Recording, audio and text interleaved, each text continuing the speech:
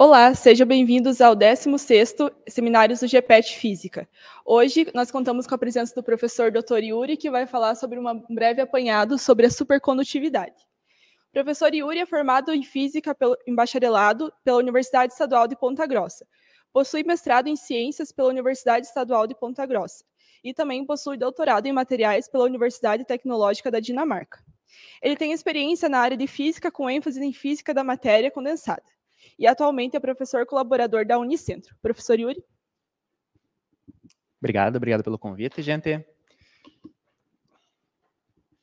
Então, para a palestra de hoje, como já foi apresentado aqui, eu vou estar falando sobre um breve apanhado sobre supercondutividade. O meu intuito aqui é falar sobre o fenômeno da supercondutividade e não muito entrar em detalhes em supercondutores propriamente dito, que é o que eu fiz. Trabalhei com materiais supercondutores, mas vamos entender primeiramente o que é a supercondutividade, de forma geral. Aqui está a nossa agenda. Então, primeiramente, eu gostaria de falar, e eu vou falar, na verdade, da liquefação dos gases, que foi de suma importância para a descoberta da supercondutividade, além de outros fenômenos. Em seguida, para deixar claro alguns aspectos posteriores, para a gente poder correlacionar alguns pontos, eu vou tentar dar uma noção sobre temperatura. O que é temperatura, para todos entenderem. Em seguida, vou falar propriamente dito da descoberta da supercondutividade, quem a fez, quando fez, como ocorreu e tudo mais. Vou falar também sobre o efeito Meissner, que está relacionado com o fenômeno da supercondutividade. Mencionar sobre elementos e materiais supercondutores, alguns conhecidos até hoje, que vocês verão que são muitos. E como que a supercondutividade funciona de forma bem breve. Não vamos entrar em muitos detalhes. E, por fim, aplicações. Ver para que tudo isso é usado, se é que é usado para alguma coisa hoje em dia. Bem, primeiro de tudo, a liquefação dos gases, ela teve o seu papel, foi de fundamental importância para a descoberta da supercondutividade. Primeiramente, conseguir dominar a liquefação dos gases conhecidos, principalmente os gases permanentes. E isso se deu lá no início do século XIX, em torno de 1800 e alguma coisinha, com esse cara conhecido aqui, o Michael Faraday, que se não ouviram falar, vão ouvir falar com certeza. Ele estava fazendo um experimento mais ou menos dessa forma aqui. Ele tinha um tubo fechado nas duas extremidades e ele colocou um sal de cloro lá dentro. E uma das extremidades ele aquecia com um bico de Bunsen e o outro ele deixava em banho-maria gelado para ver o que acontecia. Ele estava fazendo investigações interesse básico. O que acontece? O que ele observou é que aqui no banho-maria começou a surgir um líquido. E ele ficou interessado. O que é esse líquido? Então vamos pegar a nossa ampola, aqui o nosso tubo fechado, e vamos romper. Um tubo de vidro. Vamos romper. Nisso, sofreu um acidente, ele quase ficou cego, mas passou bem depois disso, tá? Ele é falecido hoje, caso vocês não saibam, mas sofreu um acidente aí que afastou ele um pouquinho de tempo.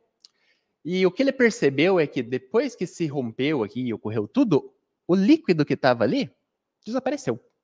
Então tinha um líquido ali que surgiu de algum lugar, provavelmente era o cloro, acredito que foi essa a conclusão que ele chegou, e sumiu no que a ampola foi rompida.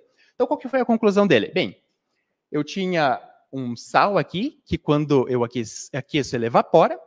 Quando ele evapora, a pressão aqui dentro aumenta e ele se liquefaz aqui do outro lado, onde está gelado. Então, a conclusão dele foi, se eu aplicar pressão sobre um gás, ele vai se liquefazer.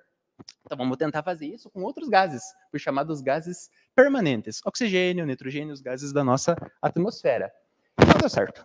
Bem, pegava, por exemplo, oxigênio, colocava pressão, na medida da tecnologia possível que ele tinha, nada acontecia. Então, ele abandonou isso daqui e foi fazer outras coisas da vida dele, que ele fez muita coisa. Um tempo depois surgiu outro cara aqui bem conhecido, que é o Van der Waals, um holandês, e ele, trabalhando com o que se conhecia da cinética dos gases, ele pegou basicamente a equação dos gases ideais, que já era conhecida, e deu uma modificada. A equação dos gases ideais é meio que tratada para casos bem particulares, quando as partículas não têm volume, não têm interação e por aí vai, e ele considerou várias coisas, entre elas que essas partículas têm um volume, têm um tamanho.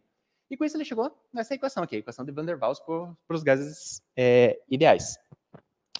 E ele concluiu, a partir dessa equação aqui, além de outras coisas, que para mim conseguir liquefazer um gás não era simplesmente colocar pressão nele. Eu tinha que necessariamente resfriar primeiramente, abaixo de uma certa temperatura, que era característica de cada gás, e depois, mediante a aplicação de pressão, ele se liquefazia. Então, foi essa que ele chegou, teoricamente. E daí, com base nesse trabalho do Van der Waals, os cientistas em torno do mundo aí que tiveram acesso a essas predições, começaram a liquefazer os gases um a um. E eles usaram um sistema bem engenhoso. Primeiramente, a gente tinha um recipiente aqui, fechado, com um certo gás, que eu conseguia resfriar ele de forma fácil e, mediante aplicação de pressão, ele se liquefazia. Não sei o que dizer qual gás era esse, mas era um gás fácil de liquefazer. E esse gás agora eu podia usar para pré-resfriar um gás seguinte, ou seja, baixar a temperatura a níveis inferiores ao que eu precisava, aos críticos, aplicar pressão sobre esse gás, esse segundo gás, e ele se liquefazia também. E daí eu tinha agora um segundo gás, no caso esse daqui, um segundo gás liquefeito, né, o oxigênio, cuja temperatura de liquefação é menos 183 graus centígrados. Eu tinha agora um segundo gás liquefeito que eu podia usar para resfriar outro. No caso, o nitrogênio, temperatura menor ainda. E eu usava esse para resfriar outro, o hidrogênio. E tudo isso daqui foi feito pioneiramente pelo James Dewar. Dewar, inclusive, é um nome, foi ele que criou, na verdade, os primórdios da garrafa térmica que nós conhecemos hoje. Todos esses recipientes aqui, inclusive, foram ele que elaborou. É basicamente uma garrafa térmica. É uma garrafa com uma garrafa interna e uma garrafa externa isoladas uma do outro por um material, sei lá, por um gás rarefeito, para não ter troca de calor. E ele conseguiu fazer tudo isso daí. Aqui, o último em 1898. Não se engane, foram anos de pesquisa para fazer tudo isso, não foi do dia para a noite, cada dia fez um, né? Foi muito tempo, porque tem que isolar os gases, armazenar, enfim, muita coisa. Mas um pouco antes dele conseguir liquefazer o hélio, havia sido isolado o gás, que eu falei hélio, hidrogênio, conseguiram isolar o gás hélio, que um pouco de tempo antes havia sido descoberto como presente no Sol. E acreditava-se que não existia na Terra, só existia no Sol. E daí esse cara foi o primeiro que conseguiu isolar, e colegas do Dewar, do departamento da universidade onde ele trabalhava, também conseguiram isolar. Então o que ele começou a fazer? Vamos pegar esse último gás, que está na atmosfera aí, está por aí, né? Concentrações bem baixas, mas tem, e vamos tentar liquefazer ele, porque ele ainda nunca foi liquefeito. Bem, ele ficou muito tempo reunindo esse gás e chegou o grande dia de liquefazer esse gás, né? E deu ruim. Por quê? Tava ele lá, fez todo esse aparato aqui, porque ele precisava dos outros gases liquefeitos para resfriar o próximo e resfriar. Quando chegou, a priori, no momento de liquefazer o hélio, conta-se a história que o ajudante dele abriu uma válvula errada e o hélio não foi para a liquefação, foi para a atmosfera. E o Dewar, James Dewar, escocês, era difícil de trabalhar. Ele brigava com todo mundo, ninguém gostava dele, ele não gostava de ninguém, enfim. E no momento que aconteceu isso, ele já tinha brigado com os dois caras que tinham isolado e de onde ele tinha conseguido o hélio, né? Então, ou seja, acabou para ele. Não tinha mais ninguém para contar, para conseguir mais hélio, para tentar de novo. Foram anos para conseguir fazer tudo isso e reunir hélio o suficiente, que não era assim ir na esquina e comprar hélio, era bem difícil, hoje em dia ainda é difícil. E acabou por aí, mas ele conseguiu fazer todos esses principais. Meio que nessa época estava uma disputa de quem conseguia liquefazer todos. E claro, ele queria liquefazer todos, mas não conseguiu o último. Quem conseguiu liquefazer o hélio foi esse colega aqui, que daqui a pouco eu vou falar, esse senhorzinho com um bigodão aqui simpático, um holandês. E esse daqui é o Van der Waals. Os ambos eram holandeses, trabalhavam próximos, então trabalharam juntos. Daqui a pouco eu vou falar mais sobre ele, mas o procedimento que ele usou também foi exatamente esse daqui. Liquefaz um e usa como refrigerante para o seguinte. E com isso, em 1908, olha quanto tempo depois, ele conseguiu liquefazer, sendo o primeiro a chegar na temperatura de menos 269 graus centígrados. E por um bom tempo, o laboratório dele foi o lugar mais frio do planeta Terra. Porque ele era o único que conseguiu liquefazer e tinha isso agora à sua disposição, né? O que dá para fazer com isso? Não sabemos ainda, dá para fazer muita coisa. Tá, antes de falar mais sobre esse senhorzinho, o que ele fez com isso daqui e tudo mais, deixa eu dar uma noção de temperatura para vocês. Então, se nós falarmos do ponto de vista mais prático, será que existe um limite superior até que ponto eu consigo aquecer um material, que eu consigo elevar a temperatura de algo? Do ponto de vista prático, não. Até porque tem um valor teórico, só que esse valor teórico é tão alto que provavelmente só nos primórdios do universo essa temperatura foi atingida de fato. Então, não existe um limite superior do ponto de vista prático. Eu posso aquecer algo o quanto eu quiser, a temperatura vai subir o quanto eu quiser. Mas, quando eu olho na outra direção, existe um limite inferior. Eu não posso resfriar algo infinitamente. Tem um ponto que eu consigo chegar nesse ponto. Bom, teoricamente eu não consigo chegar, mas... E eu não consigo baixar mais a temperatura. Bom, e por que isso ocorre? Primeiro de tudo, o que é esse conceito de temperatura? Como ele está relacionado com o quê? Para a gente poder entender por que existe esse limite. Em termos práticos, temperatura, ela mede a energia cinética média de um material. Ou seja, o grau de agitação das partículas, por assim dizer. Sendo assim, quanto mais agitadas ou quanto maior a energia cinética dessas partículas, maior a temperatura, e quanto menor esse nível de agitação, menor a energia cinética, menor a temperatura daquele material. E o que ocorre, então, se a agitação das partículas vai a zero? Porque quanto maior a agitação, maior a temperatura. Vai diminuindo a temperatura. Mas se isso para, não tem como eu diminuir mais a agitação se elas estão paradas. Esse é o chamado zero absoluto. Por isso que existe um limite inferior e não existe um limite superior.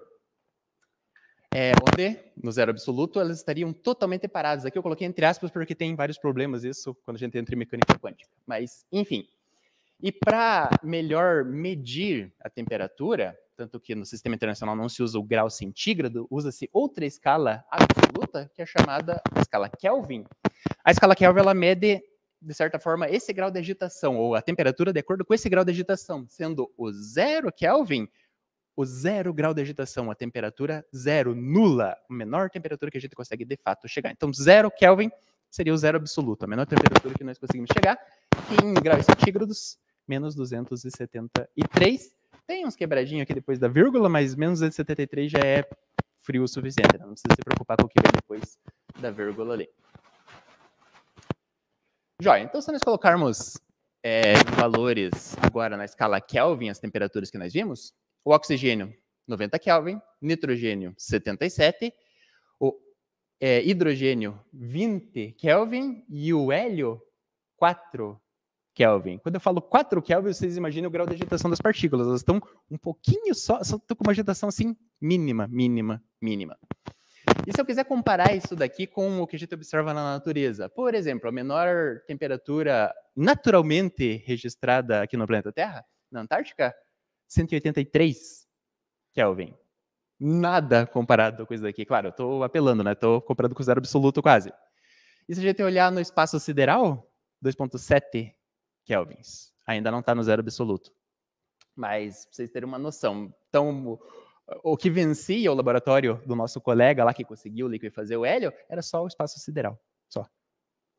Né? Hoje em dia, a gente consegue vencer isso daqui. A gente chega em nano Kelvin, alguma coisa assim, ou menor ainda. Mas, enfim, daqui para frente eu vou tender a falar em kelvins e não em graus centígrados. Então, sempre pense nessa associação.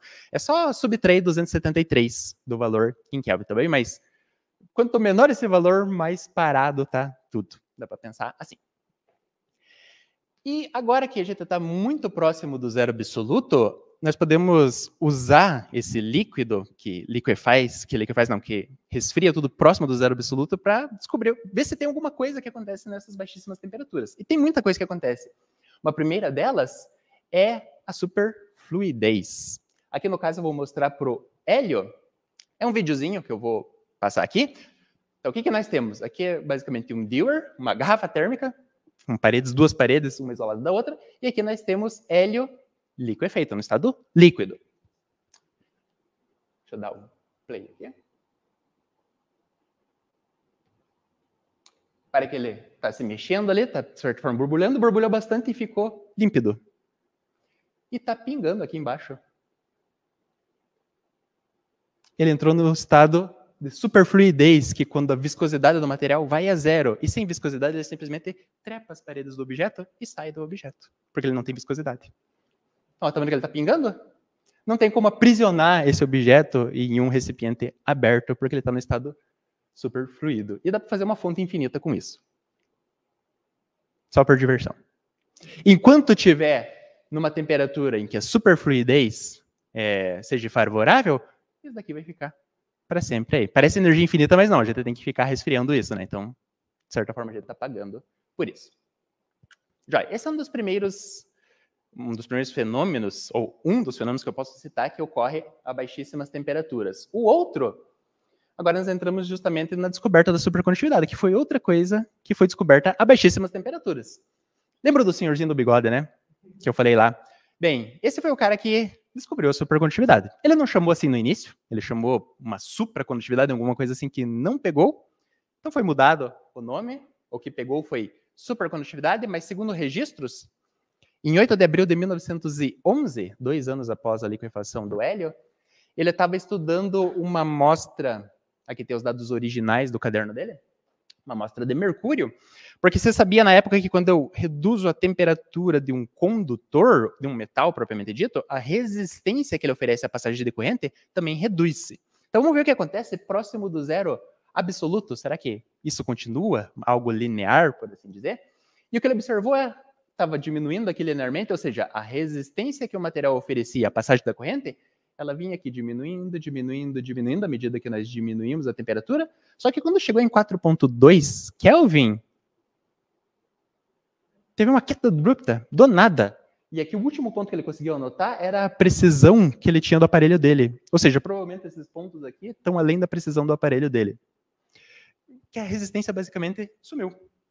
E daí por isso um supercondutor, um material que não tem resistência elétrica. Se eu não tem resistência elétrica, como eu disse, essa resistência ela se opõe ao movimento de uma corrente. Se eu não tenho isso, a corrente simplesmente flui. Será que isso é bom? Já vamos ver. Pode ser que seja só uma coisa legal que a galera da física gosta, né? Bem, só por isso, pela descoberta da supercondutividade e pela liquefação do hélio, ele ganhou um Nobel. Justo, né? 2 anos depois da descoberta, da observação desse fenômeno. E depois que ele conseguiu liquefazer o hélio, inclusive ele recebeu uma carta do Dewar, que eles estavam competindo, né? Eles eram os principais aí na competição de quem liquefazia todo mundo. O Dewar deu aquele problema, mandou uma carta parabenizando o Onnes. Eu esqueci de falar, né? Vou lá só o último nome dele, porque ele é holandês. Eu não vou nem me arriscar a falar os outros. Esse é o Onnes. Recebeu a carta do Dewar, parabenizando ele por ele ter conseguido chegar e ganhou a corrida, por assim dizer. Joia. O que é um supercondutor, então? Aqui eu coloquei um gráfico qualitativo de resistividade. Resistividade e resistência são, a grosso modo, aqui a mesma coisa, não vamos entrar em detalhes, mas é a resistência que o material oferece à passagem de corrente elétrica. Então aqui eu tenho essa resistência em função da temperatura. Para o material não supercondutor, quando nós reduzimos a temperatura, essa resistência também diminui. No caso de um supercondutor, quando chega numa certa temperatura, uma temperatura crítica, que é característica para cada material, a resistência elétrica vai a zero. Quase que instantaneamente, assim, uma transição de fase, que é uma transição de fase isso, abrupta, e a resistência dela vai estritamente a zero. Ou seja, não tem mais resistência, não tem mais oposição ao transporte de uma corrente elétrica. E como que a gente pode entender esse comportamento aqui? Ou seja, porque vamos pegar um não supercondutor, um metal, por assim dizer. Por que quando a gente reduz a temperatura, a resistência também reduz? Aqui eu trouxe uma analogia. Imagina aqui um plano inclinado, temos uma bolinha lá, e ela vai descer esse plano inclinado. Aqui eu estou representando vários obstáculos, mas digamos que não houvesse obstáculo, quando eu solto a bolinha lá em cima, a energia que ela tem lá em cima, a energia que ela vai ter aqui embaixo. Não vai perder energia nesse processo. Só que se eu colocar vários obstáculos, cada colisão que ela sofre dissipa um pouco de energia. Sendo assim, a energia que eu coloquei aqui, entre aspas, não vai ser a energia que eu vou ter no fim. Bem, um material, essa resistência elétrica que o material oferece é, de certa forma, algo assim, obstáculos, que no caso são os núcleos, os prótons e os nêutrons que ficam lá relativamente parados, e os elétrons estão se movimentando por tudo isso. Aqui como no videozinho. Quando a gente varia a temperatura, basicamente nós estamos aumentando ou diminuindo essa agitação desses núcleos. Se a temperatura é baixa, ele se agita um pouco. Então, a corrente elétrica, os elétrons, podem passar, de certa forma, mais facilmente. Se eu aumento a temperatura, é como se esses obstáculos começassem a se agitar mais e mais e mais. Então, a bolinha teria muito mais dificuldade a passar por esse material. Então, por isso que quanto maior a temperatura, maior a resistência elétrica. Claro, do ponto de vista clássico, tá, gente? Isso daqui não estamos entrando em pormenores exatamente como ocorre, mas dá para entender exatamente o que é. Então, um supercondutor não é um material, ou melhor, se eu pegar então um material qualquer e reduzir a temperatura dele até o zero absoluto, será que eu vou ter um supercondutor? Não, porque eu sempre vou ter uma resistência residual. Um supercondutor, estritamente, a resistência ou resistividade é zero. Zero, zero mesmo. O que eu acabei de falar aqui. E sempre que nós mantermos a temperatura desse material abaixo dessa temperatura crítica, TC, nós não vamos ter perdas de energia porque a resistência elétrica é zero. Tá, um supercondutor então é só isso, um material que não tem resistência elétrica. Só isso, eu entendo só isso com gigantes aspas. Não, ele tem mais uma característica que torna ele diferente de tudo, que é o chamado efeito Meissner. Esse efeito Meissner foi descoberto pelo Meissner e por um outro cara que eu não consigo pronunciar o nome, um outro alemão, cerca de 22 anos depois da descoberta da supercondutividade pelo Onnes, que é basicamente o seguinte. Imagine aqui uma amostra supercondutora, só que a temperatura dela é maior que a temperatura crítica, ou seja, ela está numa temperatura superior à temperatura onde ela se torna supercondutora. E essas linhas aqui representam um campo magnético que eu estou aplicando. Eu coloquei um ímã próximo da minha amostra. Então, o que vai acontecer? O campo magnético simplesmente vai passar pela minha amostra, como se nada ocorresse. Só que quando nós reduzimos a temperatura, a amostra entra no estado supercondutor e ela se torna um diamagnético perfeito. Ou seja, o campo magnético no interior dela vai a zero. Ela repele todo e qualquer campo magnético de seu interior. Isso que, do ponto de vista científico, você fala, ela é um diamagnético perfeito, porque existem outros diamagnéticos, mas ela é perfeito porque ela faz umas coisas a mais. Tá, e daí? Ela só repele ímãs? Será que isso é uma coisa legal? Vamos ver num videozinho aqui. Aqui nós temos um recipiente de isopor. Essa bolachona preta aqui é um supercondutor, só que, claro, aqui não está resfriado, então está no estado normal. E esse cubinho aqui é um ímã bem forte.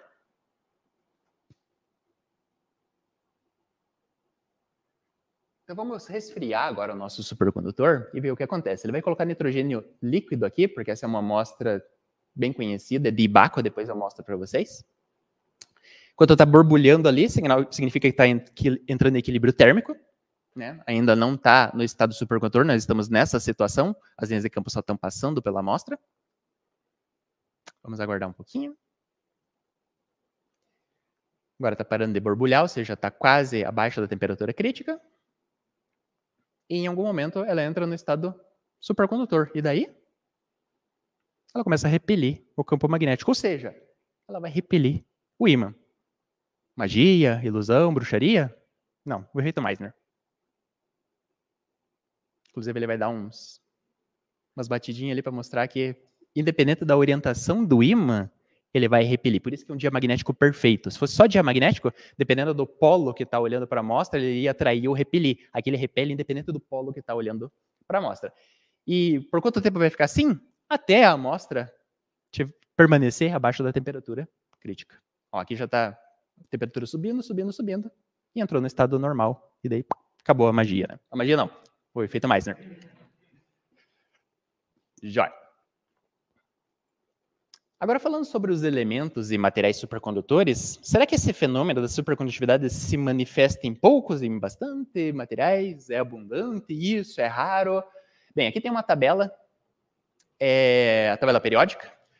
Quem está pintado de azul é supercondutor a temperatura ambiente. Dá para ver que tem bastante, né? Está bem azulzinha essa tabela. Quem está em verde é supercondutor mediante aplicação de pressão, porque se eu aplico pressão, eu meio que forço o material a entrar no estado supercondutor. Dá para dar uma ajudinha colocando pressão. Então dá para ver que tem poucos verdes, mas ainda assim, no geral, tem muito elemento que é supercondutor, apesar das baixíssimas temperaturas. Aqui está a temperatura crítica em Kelvin. Nós podemos ver que para os elementos individualmente é baixíssimo isso. Um dos maiores é do neodímio aqui, 9,26 Kelvin. É baixo, mas, enfim, tem outros menores. Se pegarmos o tungstênio aqui, 0,015 kelvins. Sendo assim, do ponto de vista tecnológico, elementos individuais não são não tem muita atração, porque eu precisaria resfriar muito para eles virarem supercondutor, e além disso, lá no caso do efeito Meissner, quando eu aplico o campo, ele vai repelir o campo, só que se eu aumentar muito a intensidade do campo, chega um certo momento que esse campo é tão intenso que ele destrói a supercondutividade, então o material vai para o estado normal de novo.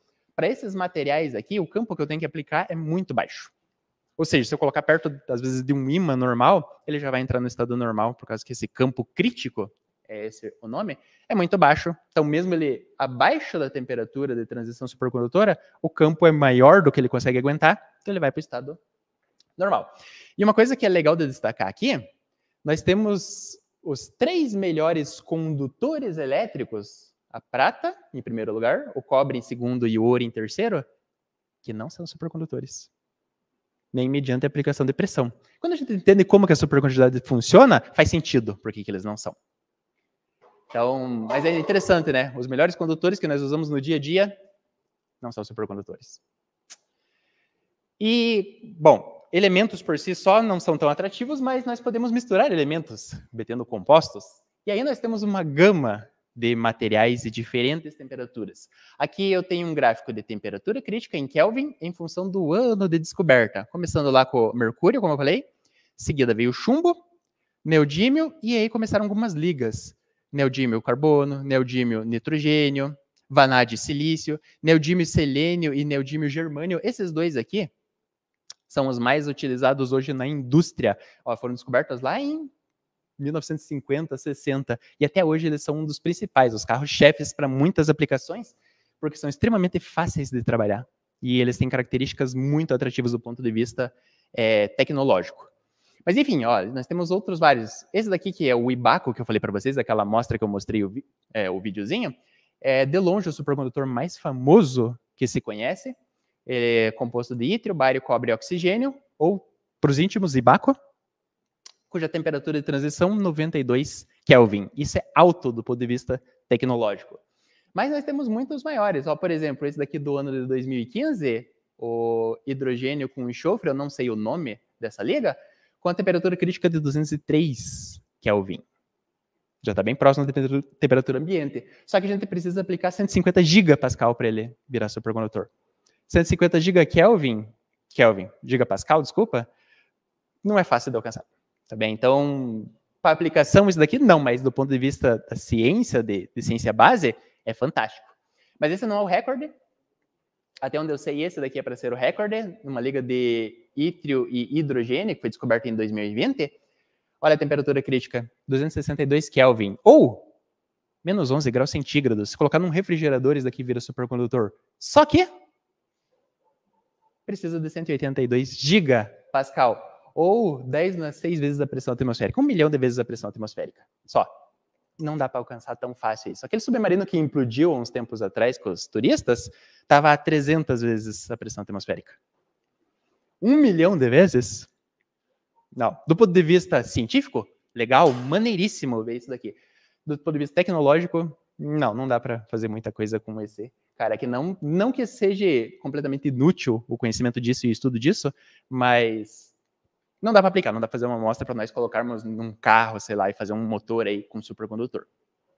Mas só para mostrar para vocês como temos com baixíssima temperatura de transição e altíssimas temperaturas de transição. E esses daqui no meio também são muito trabalhados hoje em dia, que tem temperaturas, 92 Kelvin, com nitrogênio. A gente consegue resfriar isso daí, nitrogênio que é relativamente barato. Joia. E como que a supercondutividade funciona? Deixa eu só...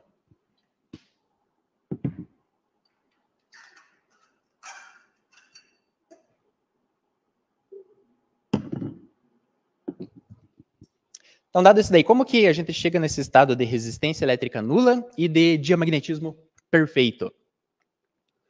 A primeira teoria que conseguiu descrever com perfeição esse fenômeno, e é válida até hoje, é a chamada teoria BCS, foi proposta lá em 57, e 20 anos depois ganhou o Nobel, porque ela explicou com sucesso o fenômeno da supercondutividade, ela foi proposta aqui pelo Barney, o Cooper e o Schiffer.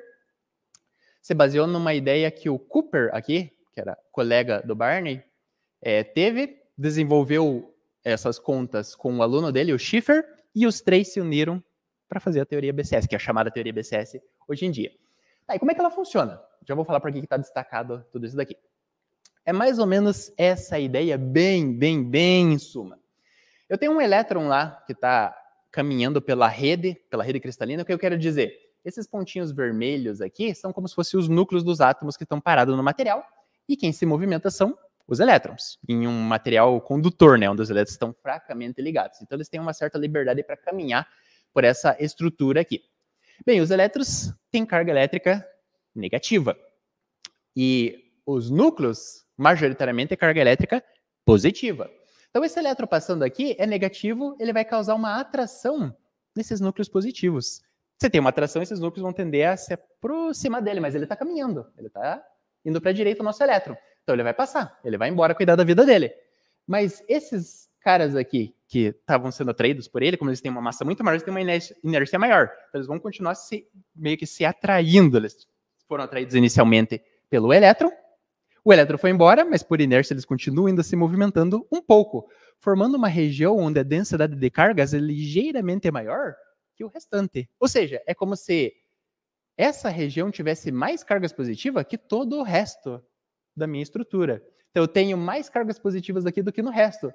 Se um segundo elétron estiver passando próximo, tem uma região mais positiva ali. Ele é atraído. Então, esses dois elétrons aqui, quando a gente faz as contas, eles formam um estado ligado. Ou seja, eles se atraem eletricamente. Os elétrons têm carga elétrica negativa. Então, eles se repelem por força coulombiana. Mas devido à interação mediada pela rede, eles se atraem. É fraca? É fraca, mas é uma interação ativa, que é o que basta. E foi isso que o Cooper descobriu. Por isso, esses dois elétrons que formam elétrons ligados são chamados de pares de Cooper. Aqui o que eu destaquei, já vou explicar melhor como que isso leva à supercondutividade, só antes que eu esqueça. O Cooper foi quem teve essa ideia, como eu falei, que desenvolveu com o aluno de pós-doc dele. E eles se associaram com o Barney, que é um dos poucos cientistas a ter 2 prêmios Nobel. Ele foi o inventor do transistor também. E quem participou da teoria BCS. Só 2 Nobels. Né? Imagine, eu tenho 2 medalhas aqui. Vou limpar elas. Tá, como que isso daqui, essa atração entre 2 elétrons, leva à resistência elétrica nula?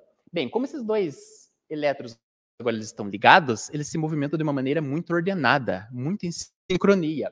E eles não vão ficar ligados para sempre. Momentaneamente eles se ligam, mas lembra, esse primeiro elétron, lembra que foi embora. Então ele está causando isso daqui na rede lá para frente. Então ele vai causar essa distorção da rede aqui em outro lugar que vai atrair outro elétron.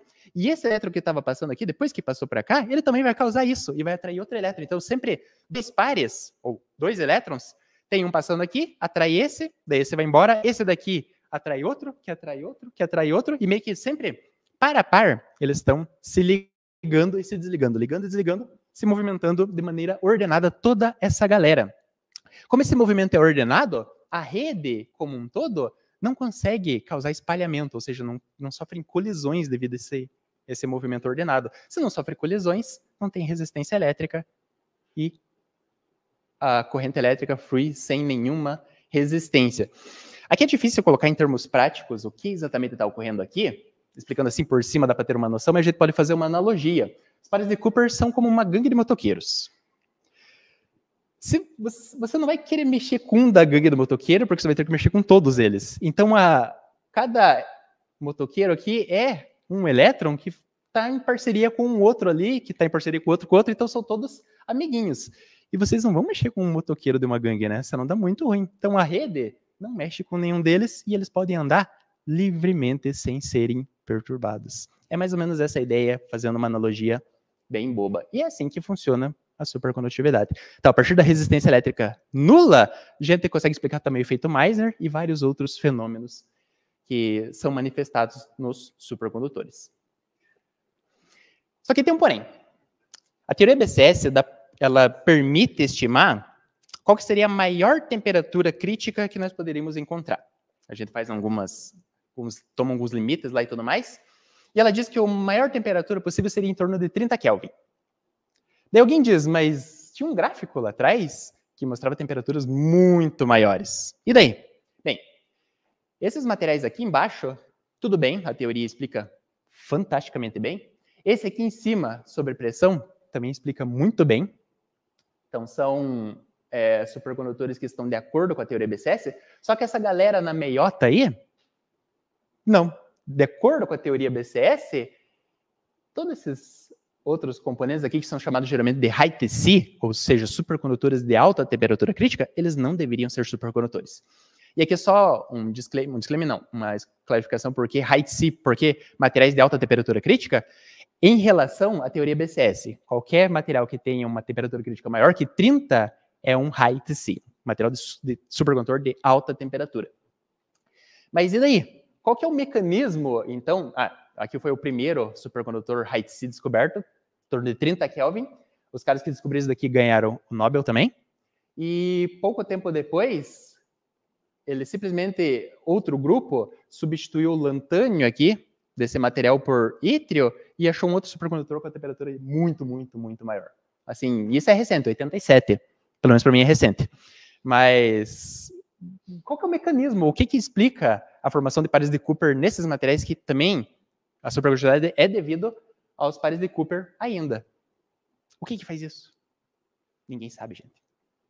Ninguém tem a mínima ideia como que esses materiais funcionam até hoje. Desde 57, quando a teoria BCS foi proposta, até hoje, olha quantos anos faz, mais 50 anos, quase 50 anos, e a galera não descobriu. Então, gente, se vocês descobrirem, dá Nobel fácil. É só vocês descobrirem como explicar essa galera aqui do meio. Já? Então, a gente sabe explicar os de baixa temperatura crítica e sobre pressão aplicada, mas os de alta temperatura crítica não sabemos. Não existe uma teoria que satisfatoriamente explique esses daí. Existem vários modelos, mas nenhum que explique totalmente. E será que dá para aplicar para alguma coisa esses materiais com resistência elétrica nula e perfeitos diamagnetos?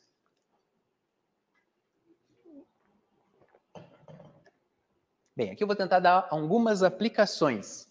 A primeira delas é para transmissão de energia, que é a primeira que nós pensamos. Quando eu transmito energia, eu quero que a energia que nós colocamos aqui no início seja exatamente a que vai sair lá do outro lado. Por causa da resistência elétrica, esse não é o caso. Então, daria para usar um supercondutor?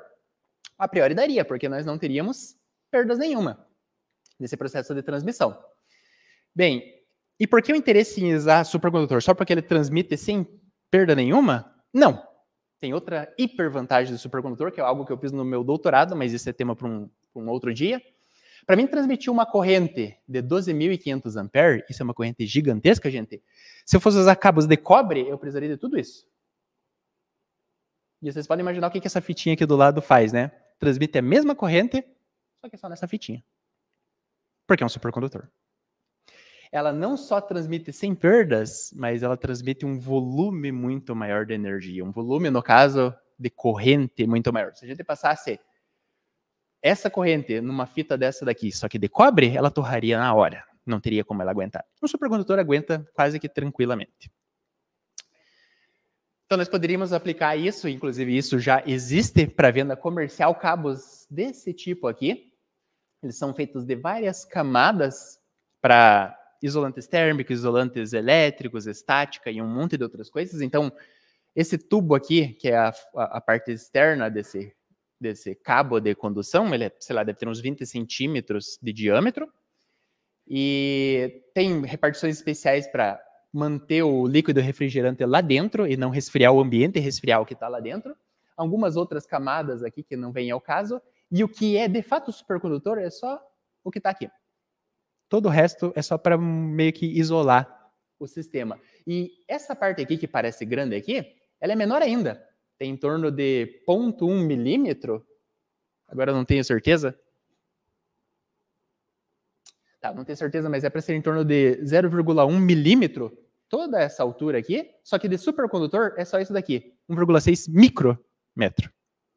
Então, de tudo isso daqui, uma casquinha de nada é o supercondutor que a gente precisa para transmitir um gigantesco volume de corrente elétrica. Isso daqui existe comercialmente, como eu já falei para vocês, muitas empresas há muito tempo já comercializam isso. Vocês podem comprar, não é tão caro assim.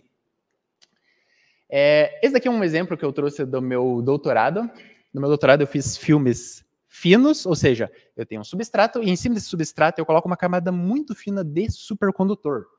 Aqui é uma imagem que eu fiz em microscópio eletrônico de varredura. Então eu peguei esse meu substrato, que vocês estão olhando deitado, e eu quebrei ele ao meio.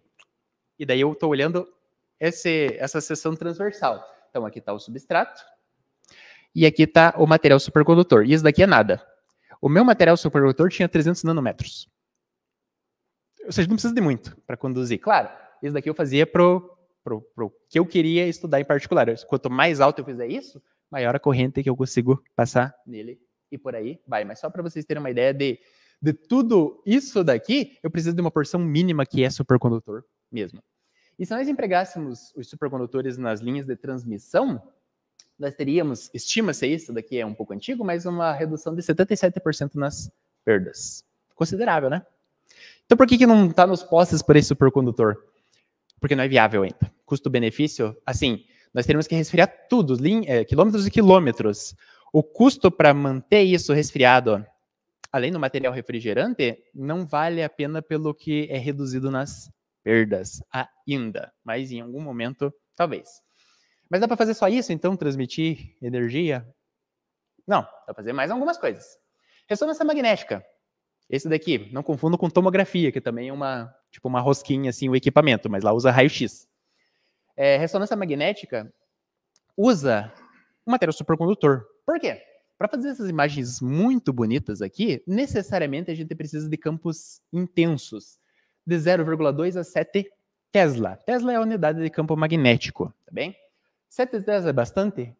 É muito, gente, é muito. Para dar um exemplo, o campo magnético da Terra. A Terra tem um campo magnético, tá bem? A Terra é esférica e tem um campo magnético, tá bem? E gira, e está orbitando o Sol. É da ordem de 0,1 militesla. Se eu pegar os ímãs de geladeira que vocês têm aí, não muito maior que 10 militesla. Então isso daqui dá para fazer muito dodói em alguém, se você chegar com alguma coisa metálica perto disso daqui. No YouTube vocês encontram fácil alguns vídeos que eles chegam com ferramentas próximas disso daqui ligado. Claro, eles não chegam perto, eles amarram a ferramenta longe do equipamento, num cabo, e ligam o equipamento à ferramenta na hora. Vai na direção. Cadeira. Nossa, eles fazem tanta coisa. Mas é muito perigoso. Gente, campo magnético, não brinquem com campo magnético. Se disser assim, não entre com material metálico perto de 7 Tesla, não é para entrar. De verdade, também não é brincadeira. Mas quanto maior o campo magnético, maior a resolução da imagem. Por isso que precisa de um campo magnético gigantesco nesses equipamentos de ressonância magnética. E como que ele funciona? Bem, é meio complicado, mas basicamente nós temos um toroide aqui feito de material supercondutor. Que a única coisa, por assim dizer, que nós precisamos fazer é trocar o material refrigerante. Só. Porque tem resistência elétrica nula. Então eu não preciso colocar e tirar a carga. Eu sempre deixo ele, a princípio, funcionando. Eu posso deixar. A carga sempre vai ficar lá. A corrente sempre vai ficar lá porque ela nunca vai diminuir. Não tem resistência elétrica para diminuir ela. Eu só troco o material refrigerante. No caso, quem resfria isso daí. Só dá para fazer isso, né? Não, tem mais algumas aplicações. Fusão nuclear, o famoso tokamak, que vocês já devem ter ouvido falar, que eu sempre imaginei que era uma palavra japonesa, mas isso é russo. Bem? E basicamente, uma vez eu conheci um russo que ele deu um seminário sobre isso, ele disse, basicamente isso daqui quer dizer um toroide magnético. Isso é um tokamak.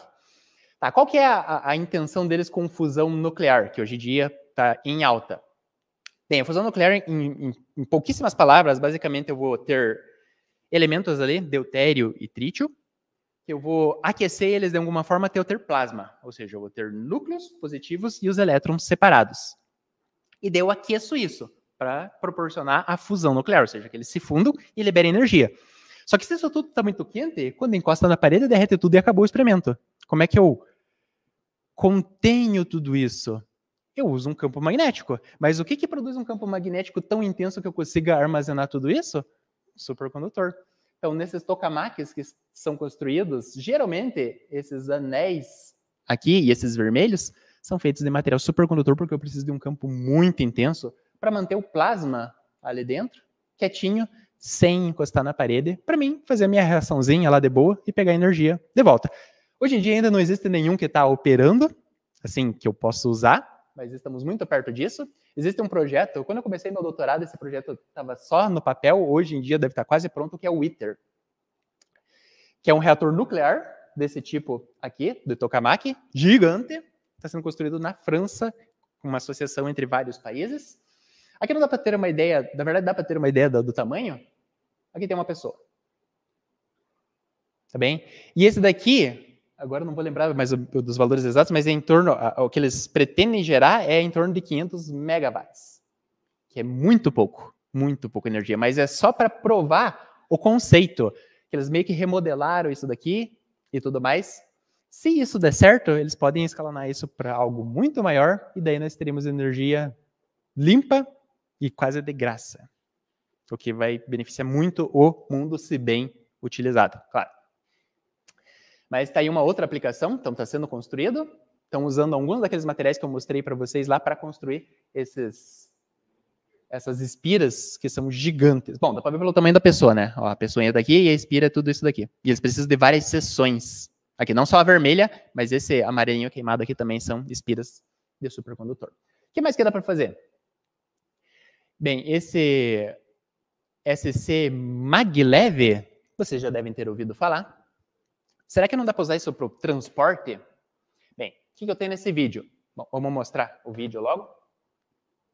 Daí vocês vão entender o que eu quero dizer. Ali nós temos de novo o Ibaqua, material supercondutor, que ele está jogando nitrogênio líquido para resfriar. Claro que eu quero esse material no estado supercondutor. E daí eu coloco num trilho magnético, em cima de ímãs. E ele flutua ali livremente, então qualquer toquezinho que eu dou nele, ele vai embora. Ele vai embora, quer dizer, ele se movimenta, né? Olha lá, ele vai colocar a amostra e dá um toquezinho, a amostra vai muito rápido, porque só tem a resistência do ar ali influenciando. Será que não dá para fazer alguma coisa maior com isso? Aí ele fez uma espécie de trenzinho, né? Colocou a amostra lá dentro e colocou nitrogênio líquido, que é basicamente a única coisa que a gente precisa colocar. E nós temos um trenzinho. Mas daí eu vou precisar empurrar o trenzinho? Não, dá para melhorar um pouquinho mais isso, né? Vamos esperar um pouquinho, eu falei no momento errado. Eu posso colocar um com sistemas de propulsão, que são eletroímãs. Que não está mostrando. De novo, só coloco o supercondutor lá dentro, coloco o nitrogênio líquido, e aqui embaixo, essa parte aqui vai interagir com esses eletroímãs, que eu posso dar impulsozinhos à medida que ele vai andando no trilho. Então eu posso controlar a velocidade. E acelerar ou frear ele. Mas claro, esse é o trilho que está fazendo. No trenzinho em si, eu só tenho o material refrigerante. Só. E daí, claro, eu posso fazer um sistema de captação de energia pelo trilho ali para ter energia dentro do nosso trenzinho. Tá, dá para brincar muito com isso. Na vida real também. Conhecem esse daqui, né? O trem bala, em alguns lugares chamado. Esse é o Superconductor Maglev. É o trem de levitação magnética com materiais supercondutores. Esse, no caso, é o do Japão, que é um dos únicos, até onde eu sei, que tem operando a nível civil mesmo. A princípio, ele foi construído só para provar o ponto, para dizer, vamos ver se funciona, vamos ver ali, vamos deixar ele bonitinho, mas não é nada oficial, entre duas cidades que eu não vou lembrar. E recentemente eu li a notícia que ele foi de tamanho sucesso que eles vão estender ainda mais a operação dele no Japão. Então ele entre duas cidades principais, agora ele vai entre outras cidades e entre outras estações para levar a população em si. Porque a velocidade máxima, o recorde aqui registrado em 2015, foi esse daí, gente. Imagina essa velocidade aí, dá para ir, em uma hora dá para ir aonde? Aqui em Foz do Iguaçu, praticamente, acho que, né? Em uma hora vai lá, compra moamba e volta rapidão. Muito rápido. Essa aqui é a vantagem, que ele é muito rápido e, claro, ele usa um pouco de energia elétrica, mas majoritariamente é o material refrigerante que tem que ser utilizado aqui. Outros países, até onde eu sei, estão em construção. A Alemanha tem projeto e tudo mais. E o Brasil podia construir um, né? O Brasil tem um. Na Federal do Rio de Janeiro. É o Maglev Cobra. Um nomezinho meio estranho, né? Ele é pequenininho assim. Recentemente eu vi que eles receberam fundos para ampliar. Ele opera dentro entre 2 prédios da Federal do Rio de Janeiro. O projeto dele inicial foi bem ambicioso, né? Era para levar a galera se não estou enganado, do aeroporto a um dos estádios na época da Copa do Mundo, mas teve vários cortes, teve pandemia, um monte de outras coisas. Bom, pandemia foi depois, mas enfim. Vários cortes e se me limitou a um trajeto de 200 metros no interior do campus, que agora vai ser ampliado. Mas cabe 20 pessoas aqui dentro e o principal de tudo é tecnologia 100% brasileira. Porque muita gente pode dizer assim, é só pegar um supercondutor, resfriar e colocar em cima de um trilho magnético. Esse é o intuito, mas e os pormenores? Tem muita coisa aí no meio, gente, quando vai aplicar. Isso daqui é 100% brasileiro, tecnologia brasileira, desenvolvido por professores brasileiros e tudo mais.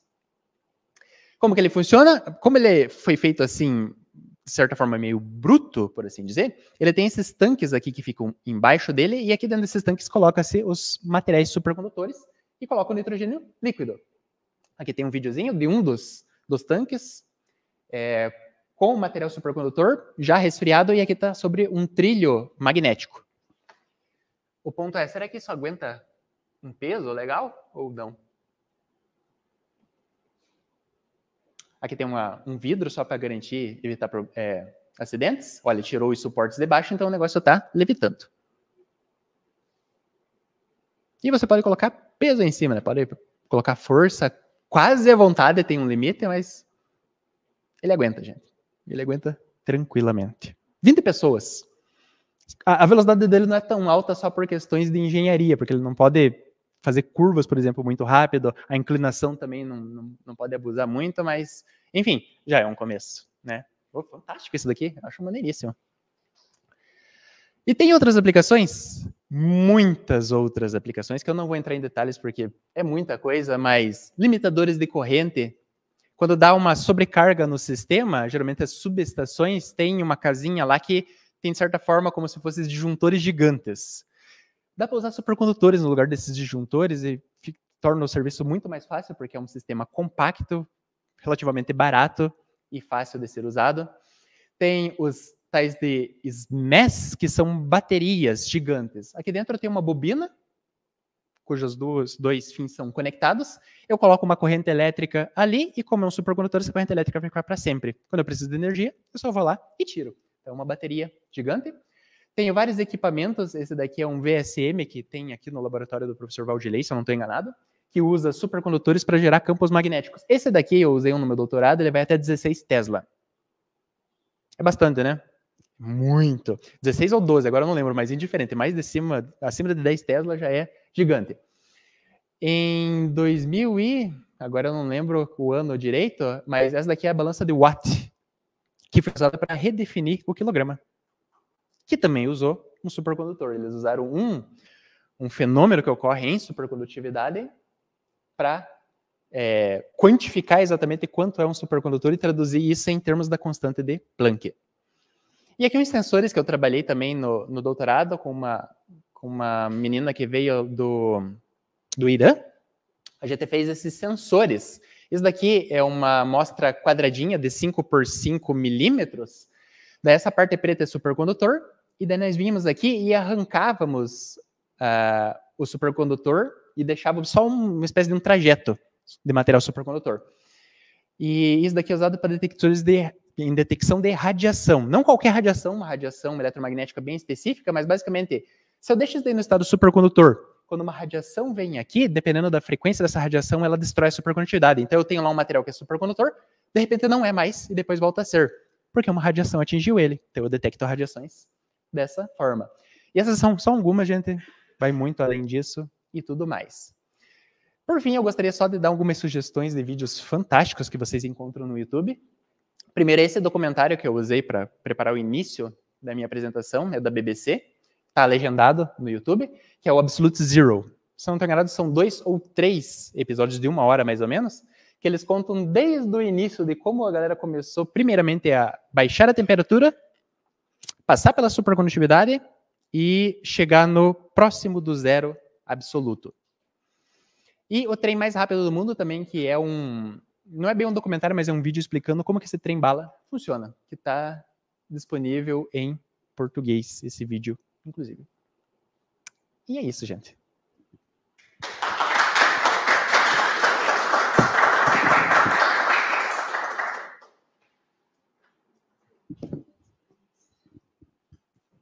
Então, alguém tem alguma pergunta para o professor? A primeira pergunta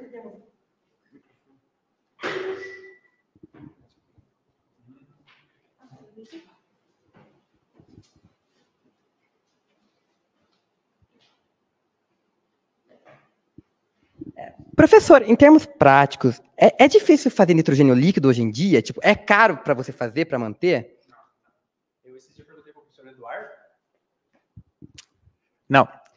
Eu perguntei para o professor Eduardo esses tempos se aqui tinha, porque é um negócio relativamente barato, o liquefador de nitrogênio. O nitrogênio é 70% da atmosfera, então tá aí batendo na nossa cara. É fácil, é muito fácil e é relativamente barato, então não é caro não. Nitrogênio líquido, outros é outra história.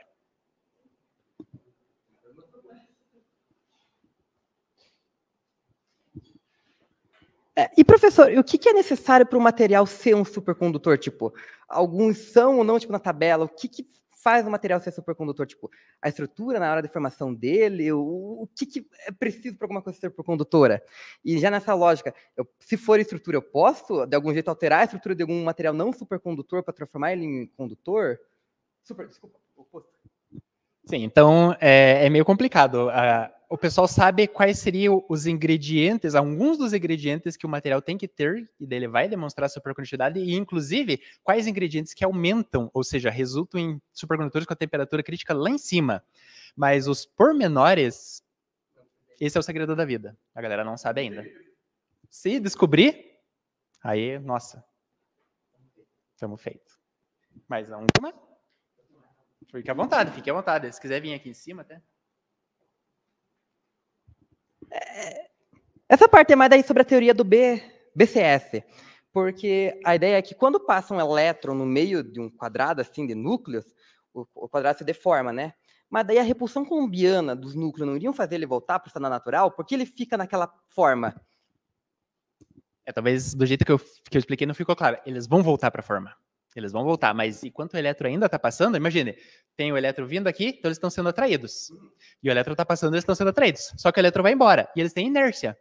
Então eles vão continuar ainda, se movimentar até parar e voltar para onde eles estavam, a posição original. Mas enquanto isso, por causa da inércia, momentaneamente, por um certo instante, eles vão ficar grudadinhos ali no meio, formando um grupo, um agregado de cargas mais positivas que o resto. Joia?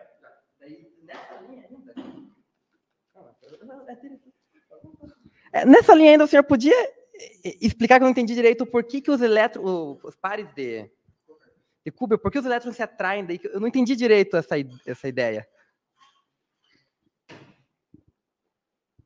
E da forma que eu expliquei, assim, foi qualitativamente por que eles se atraem. Se a gente fosse ver por que mesmo eles se atraem, tem que entrar na teoria BCS, que daí é a segunda quantização e mecânica quântica mais bruta. Mas ali, pela forma que eu expliquei, vem o primeiro, deformou a rede. A rede atrai o segundo. Então, o primeiro elétron interage com o segundo atrativamente, mediado pela rede. Sozinhos, eles não vão se atrair. De forma indireta. Então, se tiver a rede, vai ser atraído. Se não tiver a rede, daí não tem como fazer. Faz sentido. Joia. Professor, o senhor podia comentar um pouco sobre a história, acho que teve 2 anos atrás, sobre o supercondutor chinês, a temperatura ambiente, que teve? Coreano, que teve? Tá, esse eu acompanhei de perto, porque aqui no Brasil tem um grupo do WhatsApp só da galera da supercondutividade, né, que eu tô, né? E daí, quando surgiu, a primeira coisa que surgiu foi lá esse artigo, que não foi um artigo, né? Postaram aí pra galera ver. E daí todo mundo ficou assim. Eu no início não sabia se era, se não era. Eu sou da opinião que a vida não é tão boa assim. Não é tão boa para ter um supercondutor assim, tipo, ali. Tá ali em cima da mesa e é supercondutor, temperatura e pressão ambiente. Então, com base nisso, eu desacreditei. Eu achei que não era verdade. Mas estava lá, tinha que se provar por experimentação. Daí a galera em torno do mundo, inclusive alguns brasileiros, começaram a reproduzir isso e ver se era. Daí, bem no início, alguns observavam alguma coisa positiva, outros observavam coisa negativa, e daí começou a acumular essas coisas negativas. E em algum momento, como nas palavras de um colega aí do WhatsApp, jogaram a pá de cal, que eles, lá no artigo dos caras, eles viram que tinha 2 fases que se formaram, ou seja, 2 compostos que se formaram. Esse principal que eles alegavam ser o supercondutor, só que tinha uma fase secundária, ou seja, uma coisa que se formou que eu não queria. E alguém conhecia as propriedades dessa coisa que eles não queriam lá. Então, o que eles fizeram? Eles fizeram a amostra do jeito que os coreanos fizeram. Eram 2 coreanos, se eu não estou enganado. Uma, exatamente da forma, só que eles favoreciam a formação desse segundo componente, que é uma fase espúria, o nome disso. Ou seja, não é a fase que eu quero, é uma fase que inerentemente vai se formar às vezes. Então, favorecia a formação disso e uma que desfavorecia a formação disso. Então, o principal, eu tinha. O material supercondutor à temperatura ambiente, eu tinha. Só que a segunda fase eu tinha ou mais ou menos. E eles mediram essas 2. Aquela em que essa segunda fase era favorecida, a transição supercondutora aparecia gigantesca. E aquela onde não tinha essa segunda fase, não tinha transição de fase. Ou seja, era essa segunda fase que tinha uma transição gigantesca, mas não era uma transição supercondutora. Era só uma queda na resistência gigante que ocorria, e deles olharam aquilo, não sei se por descuido, por emoção, por ansiedade e quiseram publicar, eles não se atentaram em ver se aquilo era uma transição supercondutora, que existem métodos de você ver isso. Tanto que um dos artigos eles mostram a transição resistiva. A princípio, lá embaixo em resistência nula, eu tenho que confirmar se é resistência elétrica nula. Um dos artigos dele não mostrava resistência elétrica nula. Mostrava alguma coisa, sei lá, 10 na menos 6 ou 1 metro. Só que qualquer condutor tem 10 na menos 8 ou 1 metro. Então, tipo, não era uma transição supercondutora aquilo, e essa foi a pá de cal. Então, infelizmente ou felizmente, não era. E eu acho que, opinião particular, acho que não existe supercondutor de temperatura ambiente, não.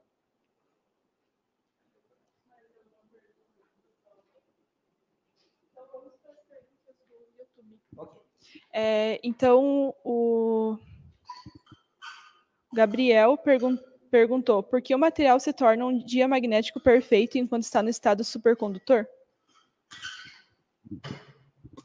Tá, seria legal se eu tivesse um quadro para mostrar isso, mas vamos lá, vamos usar a imaginação. Existe um fenômeno que se chama indução eletromagnética. Basicamente, se eu pegar um fio e enrolar ele várias vezes, e daí eu ligo as 2 pontas desse fio, sei lá, numa lâmpada. Se eu não fizer nada perto desse fio enrolado, essa espira, nada vai acontecer. Só que se eu pegar um ímã e começar a aproximar e afastar dessa espira, vai surgir uma corrente ali que vai acender e apagar a lâmpada. Isso é o fenômeno da indução eletromagnética. Indução magnética. Nesse mesmo conceito, nessa mesma linha, pense um supercondutor. Agora eu tenho um material que abaixo da temperatura crítica eu não tenho resistência elétrica, ou seja, os elétrons, as correntes elétricas podem andar ali de boa, tranquilamente, livremente, sem resistência elétrica nenhuma. E agora eu pego um ímã e aproximo e afasto desse material supercondutor. A mesma coisa que nós tínhamos lá na espira vai acontecer. Correntes vão surgir nesse material, de modo que ele acenderia e apagaria a lâmpada. Só que essas correntes que surgem, elas não têm resistência elétrica. É como se eu tivesse uma pista de gelo, bem lisinha, e eu empurrasse uma pedrinha. O ato de eu aproximar ou afastar o ímã é como se eu desse esse empurrão inicial na pedrinha, só que a pedrinha não tem atrito, então ela não vai parar. Se ela não vai parar, essa corrente vai persistir no supercondutor, e essa corrente elétrica gera um campo magnético que se opõe ao campo magnético do ímã. Então, isso que gera o efeito Meissner em termos muito, muito, muito simples.